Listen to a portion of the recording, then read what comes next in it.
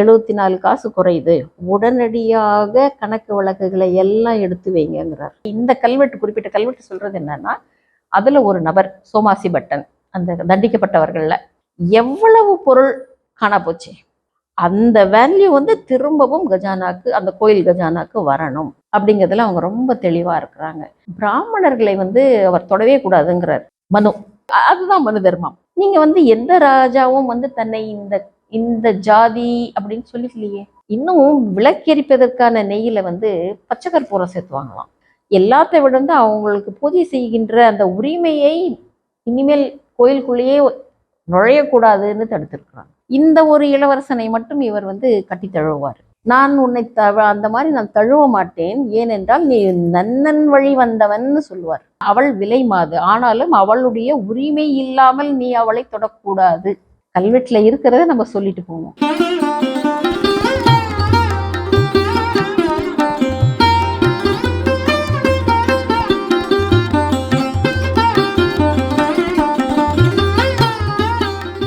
Madam, எனக்கு என்னன்னா, இப்போ இந்த தீர்ப்புகள், இப்போ நீங்கள் சொன்ன இந்த அனுபவங்கள்லாம் சொல்லிட்டு இருந்தீங்க, இந்த சோழ மன்னர் காலத்தில் இந்த மாதிரி ஆட்சி முறைகள் இருந்தது, இந்த மாதிரி ஒரு சிந்தனையோடு இருந்ததுன்னு சொல்றீங்க.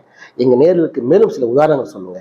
இந்த சிந்தனை முறைகளுக்கா இதுதான் ஒரு முக்கியமான கட்டமாக அமையும். அவங்களுடைய தீர்ப்புக்கும் நம்மளுடைய தீர்ப்புக்கும் எந்த வகையான ஒரு வேறுபாடுன்னு கூட சொல்லலாம். அவங்க மன்னர் காலத்தோடது எவ்வளவு முக்கியத்துவம் வாய்ந்தது அப்படின்னாக்கா, ஒரு உதாரணத்தோடு சொல்றேன்.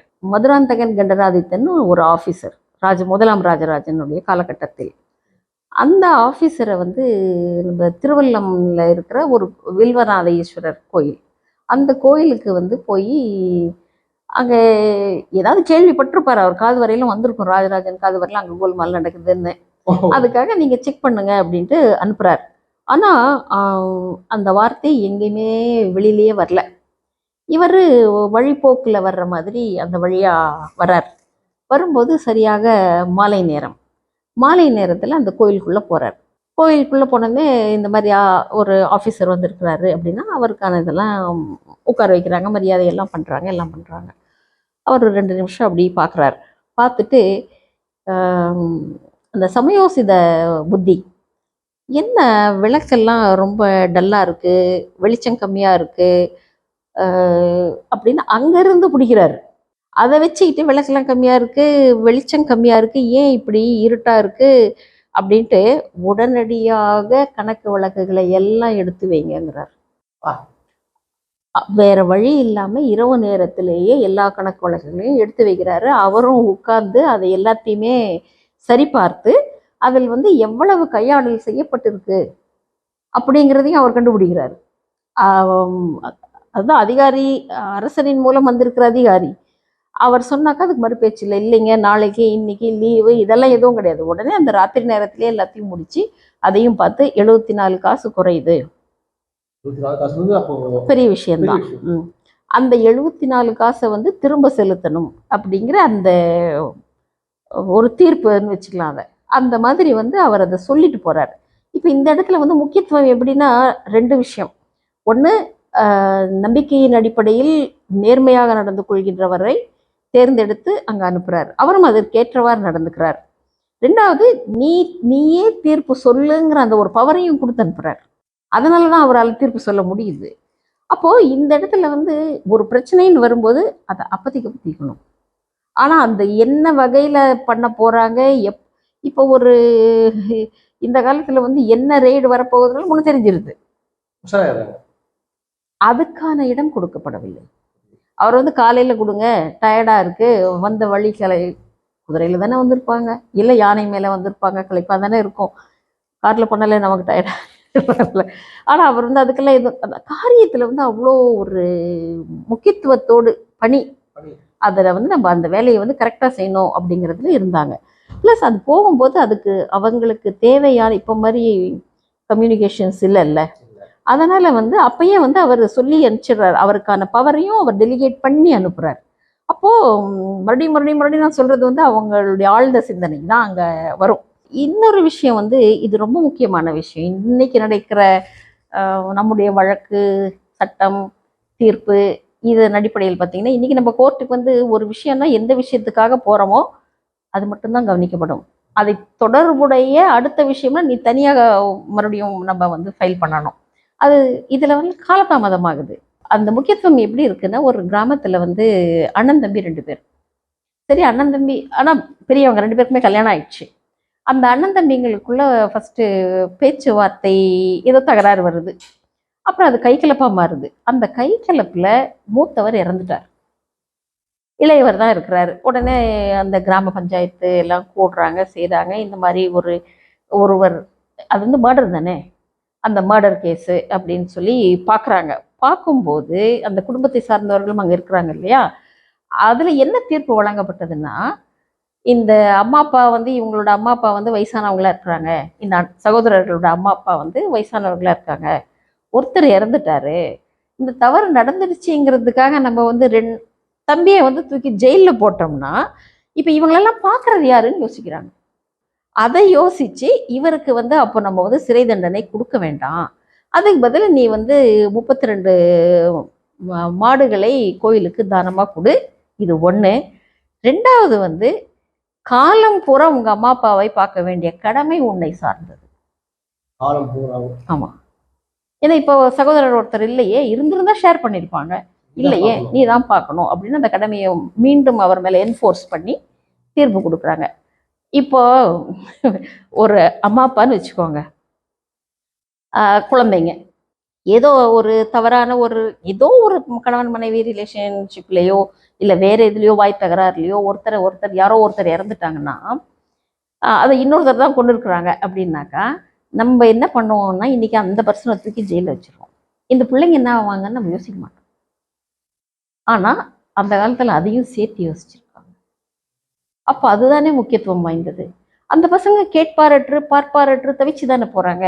அதை பற்றி யோசிக்கிறது இல்லை. இன்றைய சட்டமுறைக்கும் மன்னர் கால சட்டமுறைக்கும் அல்லது தீர்ப்புகளுக்கும் இருக்கிற ஒரு முக்கியமான வித்தியாசம்னா, நான் இதை எப்படி சொல்றது, அதை வந்து ஒரு ஆழ்ந்த சிந்தனைங்கிறது ஒரு பக்கம், ஒரு ஜெனரேஷனை கடந்த சிந்தனை.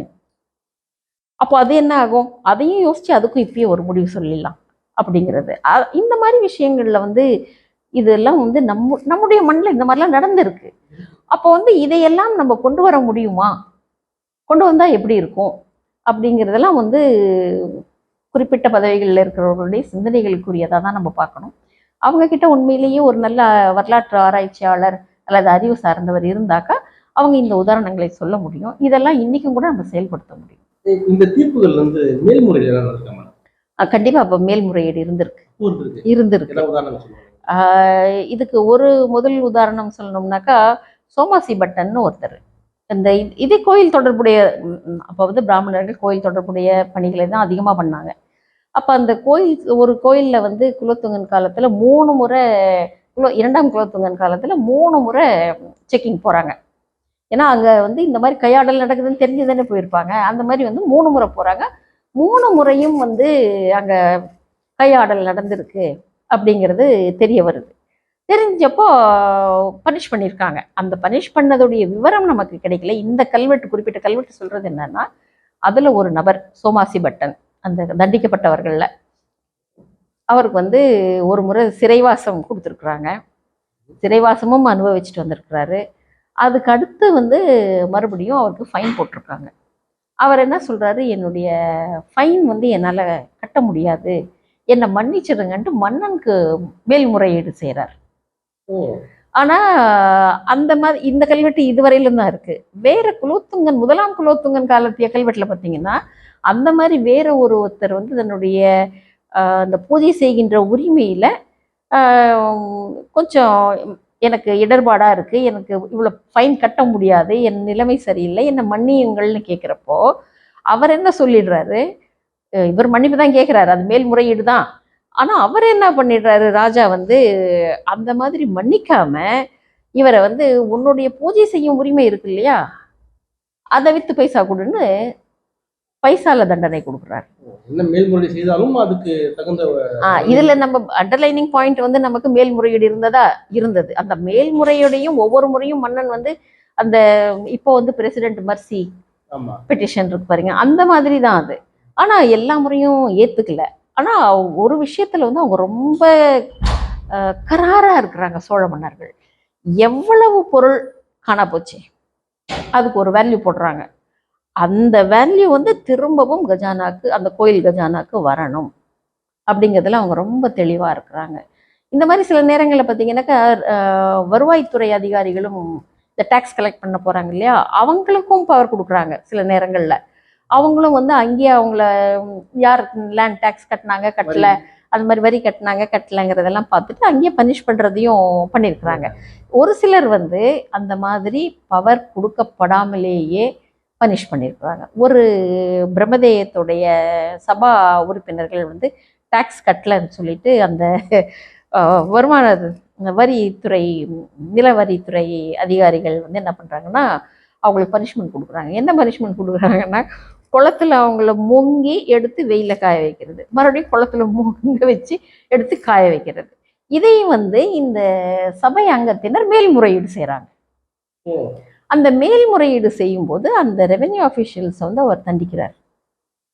உனக்கு உன்னுடைய எல்லையை தாண்டி உன்னுடைய அதிகாரத்தை நீ ஏன் பயன்படுத்துற, உனக்கு அந்த அதிகாரம் இல்லை, நான் கொடுக்கல, அப்போ ஏன் பயன்படுத்துறேன்னு. ஸோ இந்த மாதிரி விஷயங்கள்ல வந்து நமக்கு கண்டிப்பாக மேல்முறையீடு இருந்திருக்கு.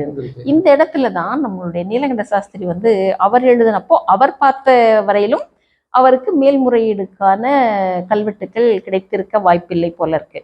அவர் சொல்வார், இந்த மாதிரி கோர்ட் இருந்துச்சு தர்மஸ்தானா, அது வந்து பெரும்பாலும் ராஜாவுக்கு வந்து நீதி வழங்கும் உரிமை கடமை இருந்தது, ஆனாலும் மேல்முறையீடு எதுவும் பெருசா போல அப்படின்னு அவர் எழுதியிருப்பாரு. அவர் மேல் எல்லா மரியாதை இருந்தாலும் எனக்கு அதுக்கான காரணம் என்னன்றதுலாம் நான் போக விரும்பல. ஆனா மேல்முறையீடு இருந்திருக்கு. இது வந்து ஒரு மாற்றம் செஞ்சு நம்ம படிச்சுக்கணும். இப்போ அந்த இத்தனை கல்வெட்டுகள் நமக்கு வந்து குறைந்தபட்சம் ஒரு 3 கல்வெட்டு நான் இப்போ உங்களுக்கு சொல்லியிருக்கேன், அதுல எல்லாமே இருக்கிறதுனால மேல்முறையீடு இருந்தது. இப்படி அந்த மனுஸ்மிருதி அன்றைய காலத்துல நடைமுறையில் இருந்திருக்கா? இந்த மனுஸ்மிருதி வந்து கண்டிப்பா நடைமுறையில இல்லை.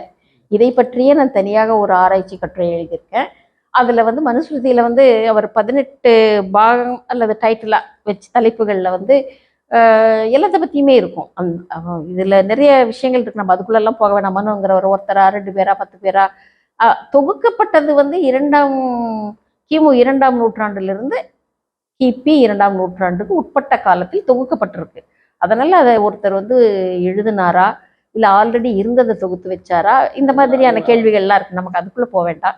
மனுஸ்மிருதினா மனுஸ்மிருதி, அதில் ஒரு 18 அதிகாரங்கள் அவர் போட்டு அதில் வந்து எல்லா விஷயத்துக்குமே சொல்றாரு. ஒரு அக்ரிமெண்ட் மீறிட்டாக்கா என்ன பண்றது, நிலத்தகராறு, அப்புறம் எல்லை தகராறு, அந்த மாதிரி ராஜ துரோகத்திலேருந்து அவர் எல்லா விஷயங்களையுமே சொல்லிட்டு வர்றாரு. அதோடு இதை எல்லாமே நான் கம்பேர் பண்ணி எழுதியிருப்பேன். ஆமா, சோழர் காலத்திய கல்வெட்டையும் வச்சு இந்த கல்வெட்டுல சொல்லப்பட்ட தீர்ப்பு இங்க பாத்தீங்கன்னா பெரும்பாலும் இதுவரையிலும் வந்து கோயிலுக்கு தானம் கொடுக்கறது தான்.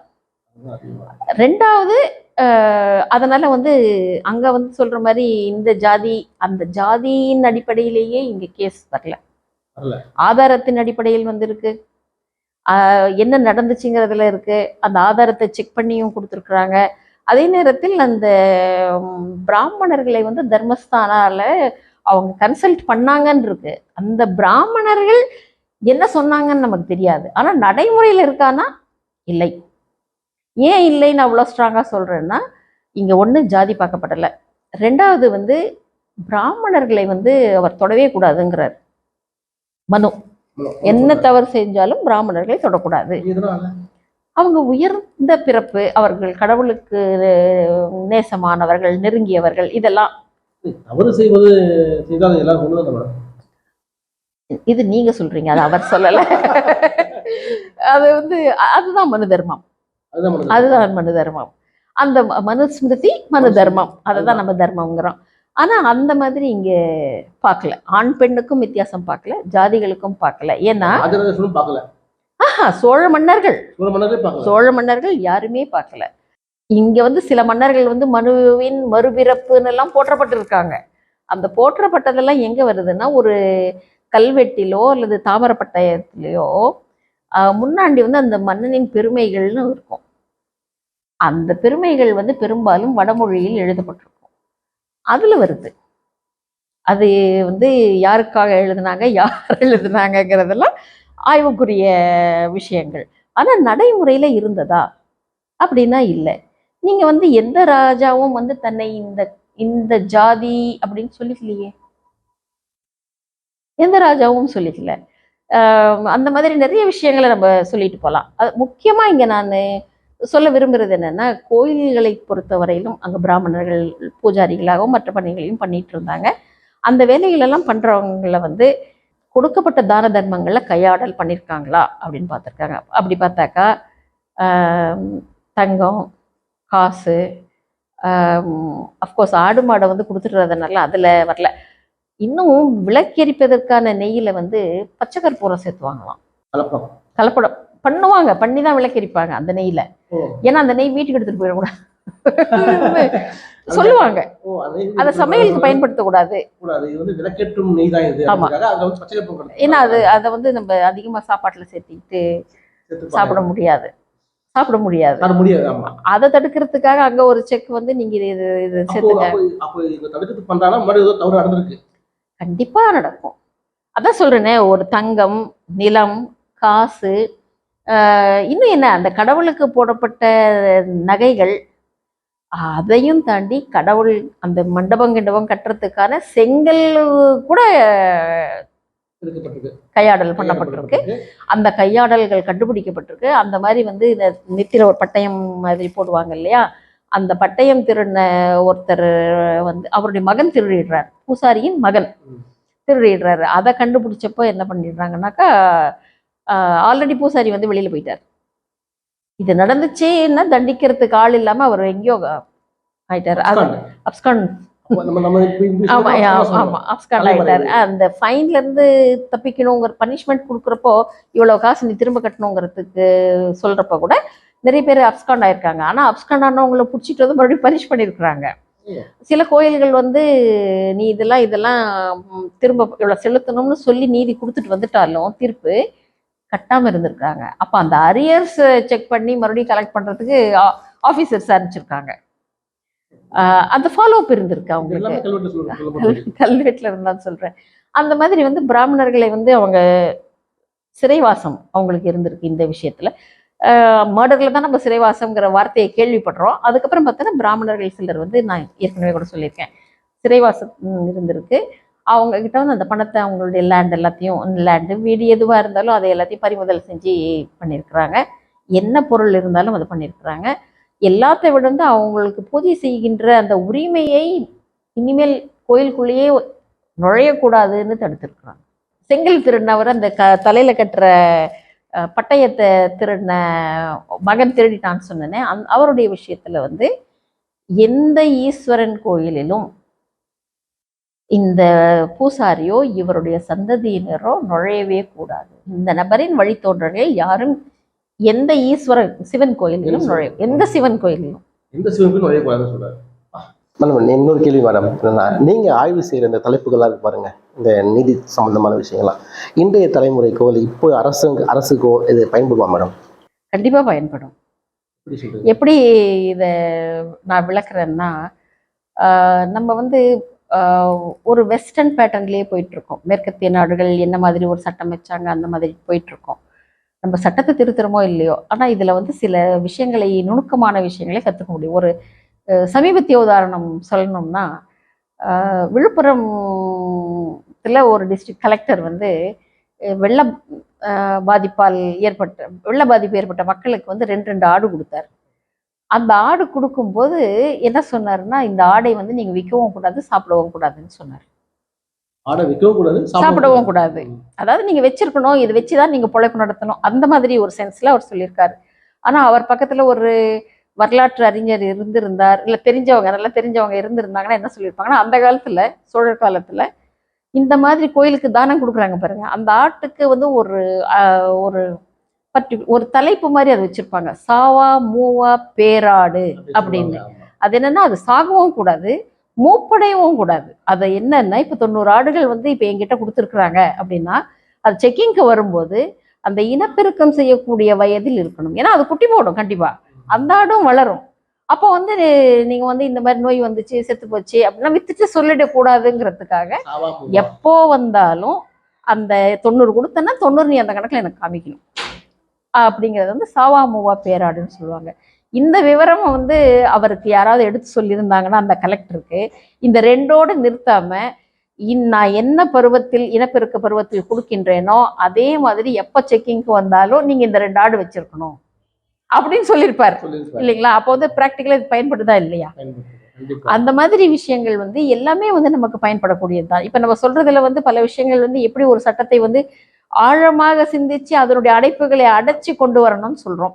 நம்முடைய ஒரு மாநிலம்னா அந்த மாநிலத்துக்கு உட்பட்ட என்ன சக்தி இருக்கிறதோ அந்த சக்திக்குள்ளான விஷயங்களை நம்ம எடுத்துக்கலாம். ரெண்டாவது இப்போ அது இந்தியன் கவர்மெண்ட் எடுத்துக்கிட்டாலும் அதை எடுத்துக்கலாம். இதையெல்லாம் தாண்டி ஒரு முக்கியமான விஷயம் இருக்கு. ஒவ்வொரு டிஸ்ட்ரிக்ட்டுக்கும் மாவட்டத்துக்கும் போகிற ஒரு ஐஏஎஸ் கலெக்டர் ஆகட்டும் ஐபிஎஸ் ஆஃபீஸர் ஆகட்டும் நீங்க அவங்க கிட்ட கேட்டு பார்த்தீங்கன்னா தெரியும். முதல்ல அவங்க படிக்கிறது என்னன்னா அந்த இடம் மக்கள் அவர்களின் வரலாறு. ஏன்னா அந்த இடத்தை பத்தி அவங்க தெரிஞ்சுக்கணும். எவ்வளவு விளைநிலம் இருக்கு இல்லாம இருக்கு, இங்க என்ன இனம் என்ன சமூகங்கள் இங்க இருக்கு, இவங்களுக்குள்ள என்னென்ன பிரச்சனை. ஐபிஎஸ் ஆஃபீஸரா இருந்தா அவர் என்னென்ன பிரச்சனைகள் வந்திருக்கு, அதுக்கு என்ன தீர்ப்பு சொல்லியிருக்கிறாங்க, அதனால மக்கள் கோவம் அடைஞ்சாங்களா, எப்படி ரியாக்ட் பண்ணாங்க, இந்த நாலேஜ் வந்து அவங்களுக்கு வேணும். அதே மாதிரி ஒரு ஆட்சியாளர் கலெக்டரா இருந்தாலும் அவர் வந்து மக்கள் வந்து போராட்டம்னா எதுக்கெல்லாம் பண்ணுவாங்க, இந்த மக்கள் போராட்டம் பண்ணுவாங்களா பண்ண மாட்டாங்களா, இவங்களுடைய நம்ம இந்த ஆக்ஷன் எடுக்கலாம், இதுக்கும் கூட இந்த வரலாறு தேவைப்படுது. அப்போ இன்றளவு பயன்படலைன்னு நம்ம எப்படி சொல்லிட முடியும்? அதனால வந்து இந்த வரலாறுங்கிறது வந்து மாணவர்கள் இளைய தலைமுறைன்னு வச்சுக்கலாம். பொதுவா இடையில வந்து இன்ஜினியரிங் தான் ரொம்ப முக்கியம், டாக்டர் படிப்பு தான் ரொம்ப முக்கியம் அப்படின்னு நினைக்கிறாங்க. வரலாறு தெரிந்தவர்கள் மட்டும்தான் நல்ல ஒரு மனிதர்களாகவும் வாழ்க்கை எந்த சுச்சுவேஷன் வந்தாலும் வாழக்கூடியவர்களாகவும் அரசியல்வாதிகளாகவும் அரசியல்வாதிகளுக்கு அறிவுரை வழங்கக்கூடியவர்களாகவும் கணிக்கக்கூடியவர்களாகவும் அவங்க இருக்க முடியும் அப்படிங்கிறது என்னுடைய கணிப்பு. கண்டிப்பா அது உண்மைதான். ஏன்னா அது ஆழமா சிந்திக்கிற அந்த அந்த விஷயங்களை படிச்சதுனால இதை எப்படி நம்ம இன்னைக்கு இம்ப்ளிமெண்ட் பண்ணலாம் அப்படின்னு யோசிப்போம். அதான் இப்போ நம்ம வீட்டுல நம்ம அப்பா இருந்தாருன்னா நம்ம அப்பா இப்படி தானே பண்ணிருப்பாரு அப்படின்னு யோசிப்போம் இல்லையா? அந்த நம்ம அப்பா இதை பண்ணி தப்பாயிடுச்சு, நம்ம அம்மா இதை பண்ணி கரெக்டாச்சு, அந்த மாதிரிதான் இந்த வரலாறும். அப்ப அந்த ஒரு நாலேஜ் வந்து கண்டிப்பா நமக்கு தேவை. இல்லைன்னா நம்மளெல்லாம் அதுதான் சொல்லுவாங்க வரலாற்றாளர்கள், வரலாறு தெரியாதவர்கள் வந்து கண்ணை கட்டி காட்டுல விட்ட மாதிரி தான் இருப்பாங்க, அதுக்கு வரலாறு வேணும் அப்படின்னு சொல்லுவாங்க. அதே மண்ணு தானேங்க, அதே மக்கள் தானே. இந்த சட்டங்கள் ஏற்கனவே நம்ம முன்னோர்கள் பண்ணியிருக்கிறாங்க, அதில் பலன் பெற்றிருக்காங்க, அதை நம்ம திரும்ப கொண்டு வந்தா நமக்கு நல்லது தானே. அதே ஜீன் தானே நம்ம கிட்டயும் இருக்கு. Well sir. அதோட அடுத்த கேள்வி நான் கடைசியா சில கேள்வி கேட்டு முடிச்சு நினைக்கிறேன். நிறைய விஷயங்கள் நம்ம நேருக்கு சொல்லிட்டீங்க. நீங்க மண்முறை நேர் வந்து ரொம்ப அறிவு சார்ந்த விஷயங்களை தெரிஞ்சிட்டு இருக்காங்க. ஸோ என்னுடைய அடுத்த கேள்வி ஜென்ரலாக பார்த்தீங்கன்னா இப்போ சிறை பார்த்தீங்கன்னா எதுக்காக சிறைக்கு அனுப்புறாங்கன்னா மக்கள் திருந்தி வரணும் சிறுதமாய வரணும்னு சொல்லிட்டு தான் சிறைக்கு அனுப்புறாங்க. அப்போ இந்த முறை அப்போ எப்படி கையாளப்பட்டது, அப்போ இருந்துதா? இது வந்து கொள்கை இல்லையா? சிறைக்கு அனுப்புவதின் கொள்கை என்ன அப்படின்னாக்கா சீர்திருத்தணும் அப்படிங்கிறது. நம்ம வந்து இன்னைக்கு நடப்புக்கு போக வேண்டாம், கொள்கை வந்து கரெக்டு தான். அன்னைக்கு இருந்த கொள்கை எப்படி இருக்குன்னா இந்த தாட் வந்து அவனை சிறைக்கு அனுப்பி அதுக்கப்புறம் அவன் வந்து இப்படி இருக்கணும்ன்ற எதிர்பார்ப்பு அல்லது அந்த எண்ணம் அவ்வளவா இல்லை. ஆனா அது வேற மாதிரி பண்ணாங்க. எப்படின்னா ஒவ்வொரு மனிதனும் தன்னைத்தானே மனசாட்சி உறுத்தி வருந்தி அவன் மாறணும். அதுக்கு தான் நான் உங்களுக்கு முதலே சொன்ன, ஒரு அதிகாரி பண்ணாலும் அவனுக்கு கல்வெட்டு வச்சுட்டாங்க, பார்க்குறப்பெல்லாம் அவன் இந்த மாதிரி திருந்துவான்னு. அதே மாதிரி தான் இந்த பரம்பரையாக இவங்க உள்ள நுழையக்கூடாது அப்படிங்கிறது. அதே மாதிரி அவங்களுடைய அடிப்படை வாழ்வாதாரத்தை மாற்றுவது, அந்த பொதுநலனும் இருக்கு. ரெண்டாவது அந்த மக்களுக்கு வந்து ஒரு பயம் இருக்கணுங்கிறதுக்காக உயிர் எடுக்கல. ஆனால் ஒரு வகையில் பார்த்தீங்கன்னா ஒருத்தருடைய உயிர் எடுத்துட்டா கூட பரவாயில்ல, அவர் வந்து இருக்கிற வரையிலும் வந்து ஐயோ நான் இதை பண்ணதுனால இதை பண்ணிட்டு இருக்கேன். ஒரு உதாரணத்துக்கு தான் அதை சொல்றேன். இப்போ வந்து பூஜை கோயிலுக்குள்ளேயே நுழையக்கூடாதுன்னு சொல்லப்பட்ட ஒரு பிராமணர், அவருடைய குடும்பம் என்ன பண்ணுவாங்க, ஏதாவது ஒரு வயல்ல வேலை செய்வாங்க. அந்த வயல்ல வேலை செஞ்சு ஒவ்வொரு நாளும் அவர் வருந்ததானே செஞ்சிருப்பாரு. கோயில்ல அவர் பூசாரியாக இருந்தபோது இருந்த ஒரு மரியாதை ஒரு வயல் வேலை செய்யும் பொழுது அல்லது எடுபடி வேலை செய்யும் போது ஒரு விறகு சுமக்கும் போது அவருக்கு இருந்திருக்குமா? இது இது இதை நான் வேற ஒரு ஆங்கிள் பார்க்கட்டுமா? இப்போ உதாரணத்துக்கு தண்டனை ரொம்ப கொடுமையான தண்டனை, கடுமையான தண்டனை கொடுக்கணுன்றதுக்காக இப்படி கொடுத்துருக்காங்களா? ஏன்னா ஒருத்தர் மரண தண்டனை கொடுத்துட்டா அன்னையோட முடிஞ்சு போயிடும், அந்த ஒரு பர்சனாக முடிஞ்சு போயிடும். அந்த குடும்பம் வந்து வேற மாதிரி மாறி வரும், அந்த பையன் திரும்ப கோயிலுக்குள்ள வரலாம், செய்யலாம், அந்த மாதிரி இருக்கும். ஆனால் இது வந்து ஒட்டுமொத்த குடும்பத்திலேயே தூக்கிட்டு போய் அங்கே வச்சு நீ இனிமேல் கோயிலுக்கு வரலாம் சொல்லும் பொழுது இது எது ஒரு உச்சகட்டமான ஒரு கோவத்தை காமிக்கிற மாதிரி இருக்கும் அப்படின்னு தோணுது எனக்கு. அது உச்சக்கட்ட கோபம் தான். ஏன்னா செங்கல் கூட திருடினா எப்படிங்க எண்ணிட்டா இருக்க முடியும் ஒரு பேரரசுல? அங்க வந்து கடவுள் பயம் இல்லை. அப்போ கடவுள் பயம் இல்லாதப்போ அரசன் தானே அதை பார்க்கணும். அப்ப அது இன்னொரு இடத்துல நடக்கக்கூடாது அப்படிங்கிறப்போ மறுபடியும் இது நடந்துடக்கூடாதுன்னு 9 மண்டலங்கள் கொண்ட ஒரு பேரரசு. அந்த பேரரசுக்கு வந்து நீங்க எப்படி ஒரு மெசேஜ் கொடுப்பீங்க? இந்த தவறு செய்யக்கூடாது மக்கள் அப்படின்னு, அதாவது கோயிலை சார்ந்த தவறுகள் நடக்கக்கூடாது அப்படிங்கிறதுக்கு நீங்க நம்ம ஒரு கம்யூனிகேஷன் கொடுக்கணும். ஒரு புலவர் என்ன கபிலர், அவர் வந்து இந்த ஒரு அதுக்கு ஒரு இதை சொல்லுவாங்க, நன்னன் ஒரு மன்னன் இருந்தான். அந்த மன்னன் வந்து அவருடைய அரண்மனை தோட்டத்துல இருந்து குளத்துல பக்கத்துல ஓடுற ஆறுலயோ குளத்துலயோ ஒரு மாம்பழம் விழுந்துரும். அதை ஒரு பெண் சாப்பிட்டுருவா எடுத்து. இந்த நன்னன் வந்து அவளை பனிஷ் பண்ணுவார், அது எப்படி நீ அரசுக்கு உரியதை நீ சாப்பிட்டேன்னு சொல்லிட்டு. அதுக்கப்புறம் வந்து அவங்களுடைய வழித்தோன்றல்கள் வரும்போது 2 இளவரசர்கள் வருவாங்க. ஒருத்தர் வந்து இந்த மன்னன் வழி வந்தவங்க, நன்னன் அந்த மன்னன் வழி வந்தவங்க, சிற்றரசன் வழி வந்தவங்க. இன்னொருத்தர் வந்து வேற ஒருத்தர். இந்த ஒரு இளவரசனை மட்டும் இவர் வந்து கட்டி தழுவார். நான் உன்னை அந்த மாதிரி நான் தழுவ மாட்டேன், ஏனென்றால் நீ நன்னன் வழி வந்தவன்னு சொல்லுவார். அப்போ வந்து பழக்கத்திலையும் இப்படி இருந்திருக்கு, இவங்களுடைய தீர்ப்புகள்லையும் இப்படி இருந்திருக்கு. காலகாலமாக அவங்கள வந்து சட்டமே இல்லாமல் மக்களே வந்து நீ ஒழுக்கம் இல்லைன்னு அவனை ஏத்துக்க மாட்டேன்னு ராஜாக்கே அந்த நிலைமை. அந்த கடைசி கேள்வியை நான் என்ன கேட்கணும்னா, நீங்க ஒரு பெண்ணா இருக்கிறதுனால இப்போ பெண்களுக்கு நிறைய உரிமைகள்லாம் வந்து கொடுத்துட்டு இருக்காங்க, சம உரிமைகள், ஒரு பாரபட்சம் பார்க்குறாங்க, இவங்க லேடிஸ் அப்படின்ற மாதிரிலாம். இந்த மாதிரியான விஷயம் பெண்களுக்கு பாரபட்சம் சோழ காலத்தில் இருந்ததா? இது பாரபட்சம்னு நம்ம சொல்லிட முடியாது. பெண்கள் எல்லா இடத்துலையுமே வேலை பண்ணிட்டு இருந்தாங்க. இன்னும் அணுக்கர்னு சொல்லுவாங்க. அணுக்கர்னா ராஜா குளிச்சுட்டு வந்தாருனாக்கா அவர் ட்ரெஸ் பண்ணிக்கிறதுக்கெல்லாம் உதவி பண்றவங்க. அவங்க தான் ரொம்ப, ஏன்னா எவ்வளோ நம்பிக்கைக்குரியவர்களா இருந்தாக்கா அந்த க்ளோஸ் இதில் வைப்பாங்க. அந்த நேரத்தில் தான் ஒற்றர்கள்லாம் போய் ராஜாங்க கிட்ட வெளிநாட்டு விஷயங்கள் அவங்க தெரிஞ்சுட்டு வந்ததெல்லாம் சொல்லுவாங்கன்னு சொல்லுவாங்க. அந்த அணுக்கர் பொசிஷன்லேயே வந்து பெண்கள் இருந்திருக்கிறாங்க. அதனால பெண் ஆண்கிற ஒரு வித்தியாசம் பார்க்காம எங்கெல்லாம் ஃபிட்டாக இருக்காங்களோ அங்கெல்லாமே வச்சிருந்துருக்குறாங்க. இது ஒரு பக்கம். நம்ம நீதித்துறையை சார்ந்து வந்தீங்கன்னா இங்கே நான் ஒரு விஷயம் சொல்ல விரும்புகிறேன். அந்த காலத்தில் வந்து ஒரு நிலவரி கலெக்ட் பண்ணுறதுக்கு போன ஒரு அஃபிஷியல் வந்து முதலாம் ராஜேந்திரன் காலகட்டத்தில் அவர் வந்து என்ன பண்ணுறாரு, ஒரு பெண் வந்து அந்த பெண்ணுக்கு நில உரிமை இருந்திருக்கு, அதனால தான் அவங்க வந்து நான் வரி கட்டிட்டேன்றாங்க. இவர் ஏதோ சொல்லியிருக்காங்க, இவர் என்ன திட்டினாரா இல்லை கட்டலைன்னு சொன்னாரா, ஏதோ சொல்லியிருக்கிறார். அந்த அம்மா வந்து மன உளைச்சல்ல சூசைட் பண்ணிக்கிட்டாங்க. இப்பயாச்சும் நமக்கு இவ்வளோ மீடியாக்கள் இருக்கு, உடனே பார்வைக்கு போயிடும். ஆனால் அந்த காலத்தில் அதுவும் அரச பார்வைக்கு போயிருக்கு. போய் இந்த ரெவென்யூ ஆஃபீஷியலை பனிஷ் பண்ணி அதே மாதிரி அந்த மாடுங்களை கொடுன்னு சொல்லிட்டு கோயிலில் கல்வெட்டு வச்சிருக்காங்க. இந்த பெண்ணை ஏதோ ஒன்று இவர் சொன்ன வார்த்தைகளோ செயலோ அந்த பொண்ணை வந்து மன வருத்தப்படுறதுக்கு அந்த மன உளைச்சலில் அவர் வந்து இந்த மாதிரி தற்கொலை செஞ்சுக்கிட்டாங்க. அதற்கு வந்து காரணம் நீ தான், இந்த ரெவென்யூ அஃபிஷியல் தான், நீ வந்து இவ்வளவு கொடு அப்படின்னு அது கல்வெட்டில் இருக்கு. அந்த கல்வெட்டில் இருக்கும்போது அடுத்தவங்க வந்து துணியவே மாட்டாங்க. இது ஒரு விஷயம். இன்னொரு விஷயம் வந்து விலை மாதுகள் அந்த காலத்தில் இருந்தாங்க.